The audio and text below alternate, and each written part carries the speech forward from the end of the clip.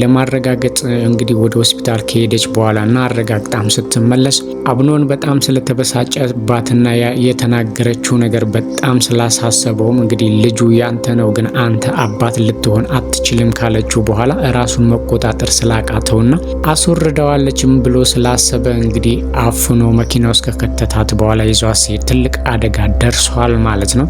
ይህም አደጋ እንግዲህ ሮዛን ትልቅ ነገር አድርሶባታል ማለትም ትልቅ ጉዳት አድርሶባታል ማለት ነው። የሷ ህይወት ራሱ ትልቅ አደጋ ላይ ነው ያለው። እንግዲህ ስትኮራበትና ስትመካበት የነበረውም ጽንስ ከሽፎባታል ማለት ነው። በዚህ ጽንስ ነበረ እንግዲህ ህይወቴ የመኖሬ ተስፋዬና ህልውናዬ በጠቅላላ እንግዲህ ሆዴ ውስጥ ባለው ልጅ ነው እያለች ስትፎክርና ሰዎችንም ስታስፈራራ ነበር። እንግዲህ ውጤቱንም እንግዲህ 99% የዴቭ እንደሆነ ካረጋገጠች በኋላ እንግዲህ ምንም ለባንቴሮም ደውላ ሁሉም ነገር እንዳበቃለትና ሁሉም ነገር በቁጥጥሯ ስር እንደሆነ እየነገረችው ነበረ። ልጁም የዴቭ እንደሆነ ካበሰረችውም በኋላ ሀብትና ንብረቱ በጠቅላላም የሷ እንደሚሆን እየፎከረች ነበረ። ዴቭ በጠፋበትና እንግዲህ ሞቷል በተባለበት ሰዓት እሷ እያሰበችና እየተጨነቀች የነበረችው ለሀብትና ለንብረት ነው።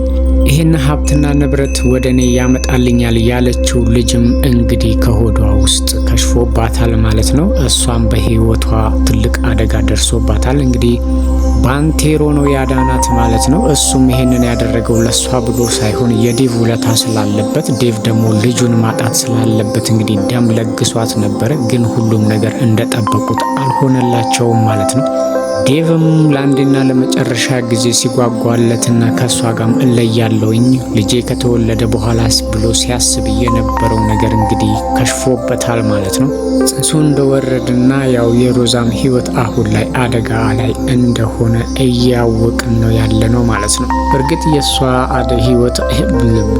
የሷ ህይወት አደጋ ላይ ይሁን እንጂ ያን ያህል ህይወቷን የሚያጠፋ ነገር አይደለም። ያው ከጊዜ በኋላ መንቃቷና በህይወት መቆየቷ ግልጽ ነው። ልጇን ግን እስከ ወዲያኛው ድረስ አጥተዋለች ማለት ነው። ሌላው አቶ መሰለ ነው። አቶ መሰለ እንግዲህ ሲፎክርና የዴቭን ህይወት ለማጥፋት ደፋ ቀና ባለበት ሰዓት እንግዲህ ያሰማራቸው ሰዎች አልተሳካላቸውም። ዴቭ እንግዲህ ይሄ ነገር እንደሚመጣም ስላወቀና ሁሉንም ነገር አመቻችቶ ስለነበረ መጀመሪያ መኪናውን ቀይሮ ስለነበረ የሄደው ግን ይሄም በቂ ስላልሆነ እና አቶ መሰለ ጆሮ ስለደረሰ ወደ ገጠር መሄዳቸው ስለዚህ ህይወቱ በጣም ትልቅ አደጋ ላይ እንደሆነ ስለገባው መኪናውንም ለሌላ ሰው ሰጥቶ በእግር አቋርጦ እንግዲህ ከተማ ሊገባ ችሏል ማለት ነው። አቶ መሰለም እንግዲህ ሲፎክርና እዚህ ቤተሰቡን በጠቅላላ ሲረብሽ ነበረ። ሔዋንንም እስከ መጨረሻው ድረስ ከእንግዲህ ሙሽራሽን ልታዩ አትችይም፣ ዴቭ ሞቷል ብሎ በጣም እያሰቃያት ነበር።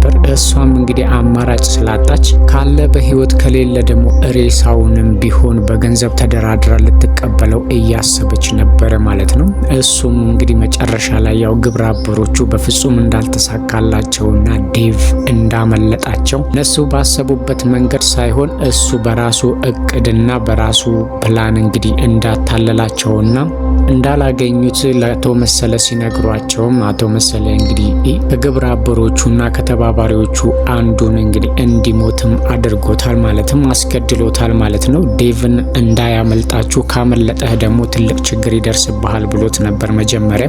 እንዳለውም እንግዲህ ስላልተሳካለት ገሎታል ማለት ነው። ዴቭም በራሳቸው መንገድና በራሳቸው እቅድ እንግዲህ ወደ ቤታቸው ተመልሰዋል ማለት ነው።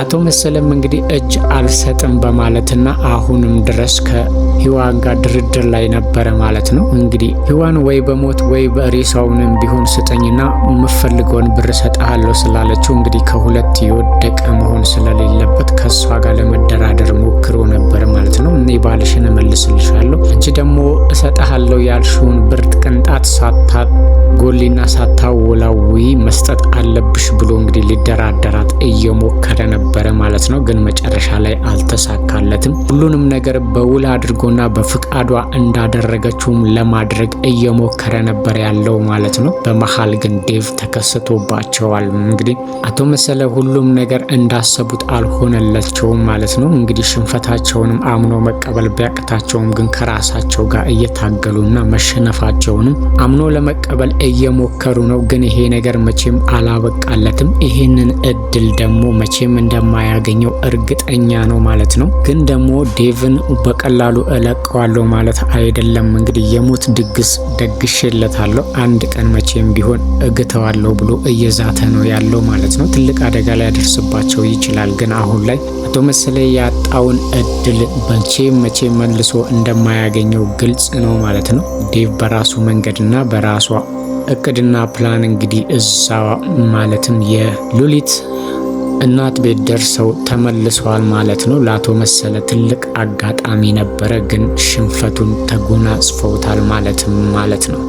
ሌላው ሔዋን ነች። ሔዋን እንግዲህ በዴቭ መጥፋት በጣም ተረብሻ ነበረ። ድጋሚ የምታየውና የምታገኘውም አልመሰላትም። በጣም ተስፋም ቆርጣ ነበረ ማለት ነው። ግን ዴቭ ተመልሶ ሲመጣ በፍጹም ማመን አልቻለችም። እንግዲህ አቅፋና አይኑንም አይታ መጥገብ አልቻለችም። ደጋግማ እያቀፈችውም ነበር። ህልም ነበር የመሰላት። እንግዲህ ምን ያህል እንደምትወደው ብናቅም የዚህን ያህል ግን እንደዚህ ይሆናል ብለን አልገመትንም ማለት ነው። እሱም ለሷ ፍቅር አለው። እንግዲህ ድጋሚ ስላገኘችው እግዚአብሔርንም አመስግናለች ማለት ነው። በፍጹም እሱን አታ መኖር እንደማትችልና ከሱ ውጪ ህይወት እንደሌላትም በግልጽ እየተናገረች ነበረ ማለት ነው። አሁን ላይ እንግዲህ ዴቭ ተመልሶላታል። እንግዲህ ያው ደስታቸው ደስታ ቢሆንም አሁን ደግሞ ለዴቭ ሌላ ጣጣና ሌላ መከራ ተፈጥሮበታል ማለት ነው። ሮዛ ላይ የነበረው ተስፋ በሙሉ ተሟጧል። ማለትም እንግዲህ የሚፈልገው ልጅና እንግዲህ ሲጓጓለት የነበረው ልጅ